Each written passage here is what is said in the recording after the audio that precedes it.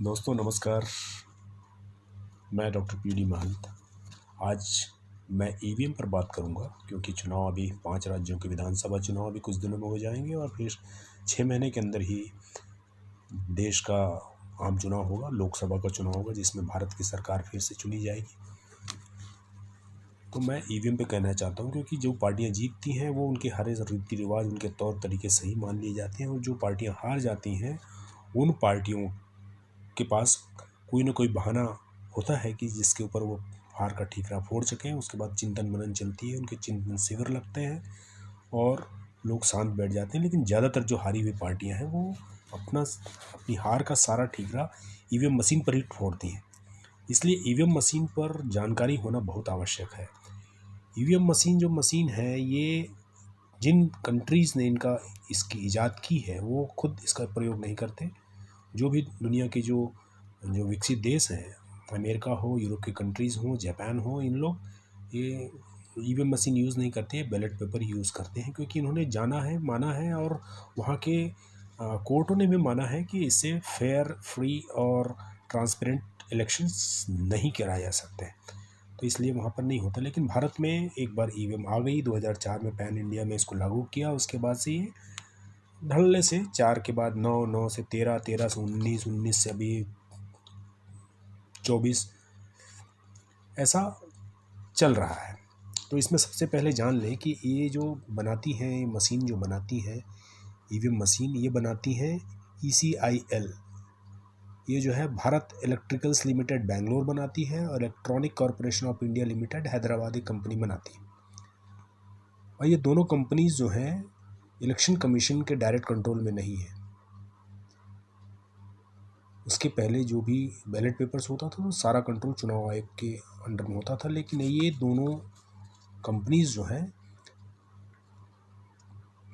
चुनाव आयोग के उसमें नहीं है, कंट्रोल में। तो जो कॉन्फिडेंशियल सॉफ्टवेयर प्रोग्राम जो है इसको वो शेयर कर सकती हैं, ये डाउट है। दूसरा, ईवीएम मशीन और जो वीवीपीएट है ये अभी तक इसको पेटेंट नहीं किया गया है। वर्ल्ड इंटेलेक्चुअल प्रॉपर्टी ऑर्गेनाइजेशन जो है इसके पेटेंट के लिए भेजा गया है तो उसको रिजेक्ट भी कर दिया गया है। क्यों किया गया है? क्योंकि ये ट्रस्टवर्दी नहीं मानी गई है, इसलिए इसको कर दिया गया है। तो ईवीएम मशीन जो है, चुनाव आयोग जो है बोलता है जितनी सारी चीज़ें जो दावे करता है उस पर आप जान लें। जो उसमें माइक्रो कंट्रोलर चिप लगी होती है ईवीएम मशीन में, जो भारत इलेक्ट्रॉनिक लिमिटेड बनाती है, अमेरिका से मंगाती है उस चिप को, उसको कहा जाता है कि वन टाइम प्रोग्रामेबल है, लेकिन ऐसा है नहीं। This is not one time programmable chip, ये ऐसा है नहीं, इसलिए ये रीप्रोग्रामेबल है। तो ये भी अपने आप में एक शंका करती है।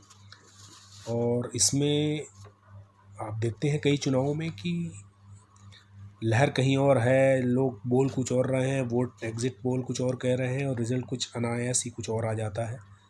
तो शंकाएँ तो होती हैं।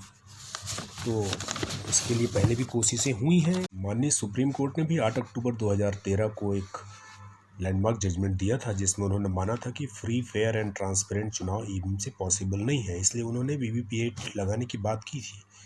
लेकिन उनसे एक गड़बड़ी हो गई कि उन्होंने उसे फेज वाइज लगाने के लिए कहा। तो 2014 का जो चुनाव था उसमें मात्र 0.33% ही वीवीपीएट ही लग पाए, यानी 99.67% मशीनें जो है वीवीपीएट के बिना लगी।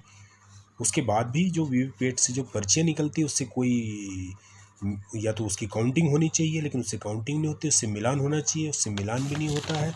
और अभी जो है, अभी 24 अप्रैल 2017 को भी सुप्रीम कोर्ट ने फैसले में गवर्नमेंट को 16,15,000 वीवीपीएट मशीन खरीदने के लिए 3,568 करोड़ रुपए का बजट सैंक्शन किया, लेकिन वो भी बहुत ही स्लो रफ्तार में चल रही है।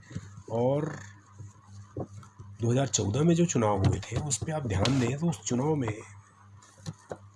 जो मशीनें यूज़ हुई थी उनको 1 महीने के अंदर ही 9 लाख ईवीएम मशीनों को एक साथ ही स्क्रैप कर दिया गया।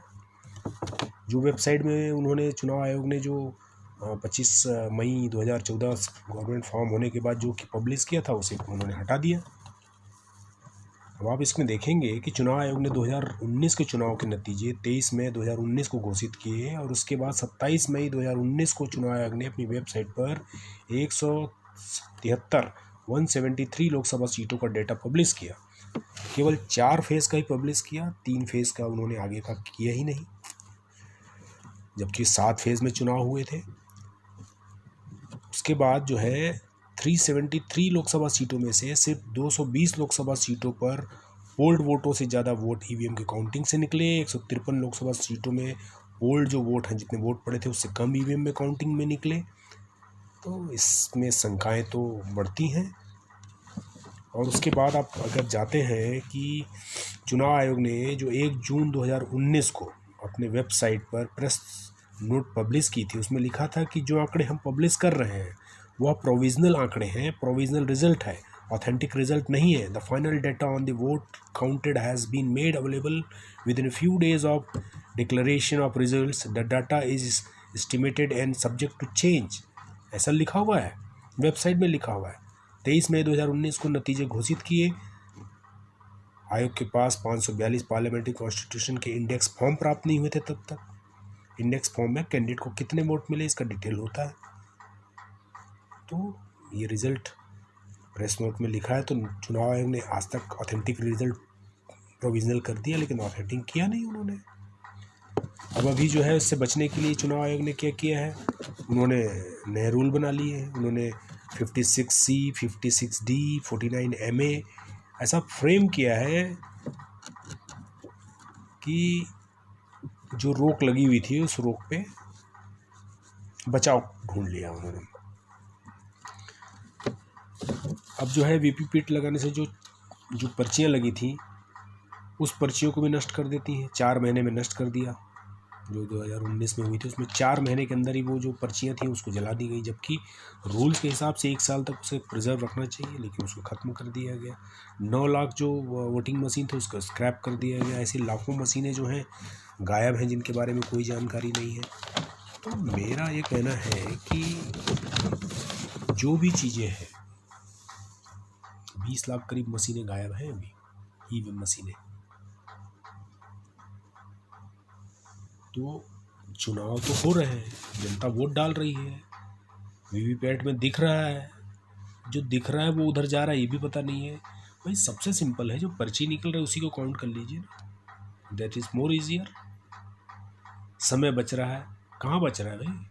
फर्स्ट फेज़ में चुनाव होते हैं, फिर 1 महीने बाद दूसरा फेज़ का चुनाव हो रहा है, उसके बाद काउंटिंग होती है, मतलब 1 महीने तक मशीन रखी रहती है, आपके वोट डले हुए रखे रहते हैं।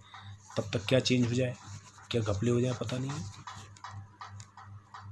तो ईवीएम पर गंभीरता से चर्चा होनी चाहिए, खास करके जो छोटी पार्टियां हैं, क्षेत्रीय पार्टियां हैं, विपक्षी पार्टियां हैं, जिनको ईवीएम हारने के बाद ईवीएम याद आती है, कम से कम अभी सामने आए, अपना पक्ष रखें।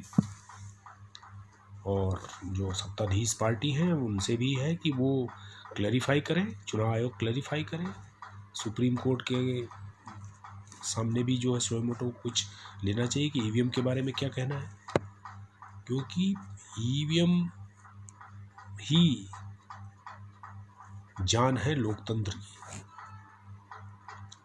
वो मरी हुई जान है, तगड़ी जान है, वो ईवीएम के खेल पर डिपेंड करती है। इसलिए मेरा बार बार आपसे कहना है कि कृपया वोट डालें, ज़रूर डालें, लेकिन ईवीएम के बारे में जानकारी लें और उसे पोस्ट भी करें। Thank you. जय हिंद।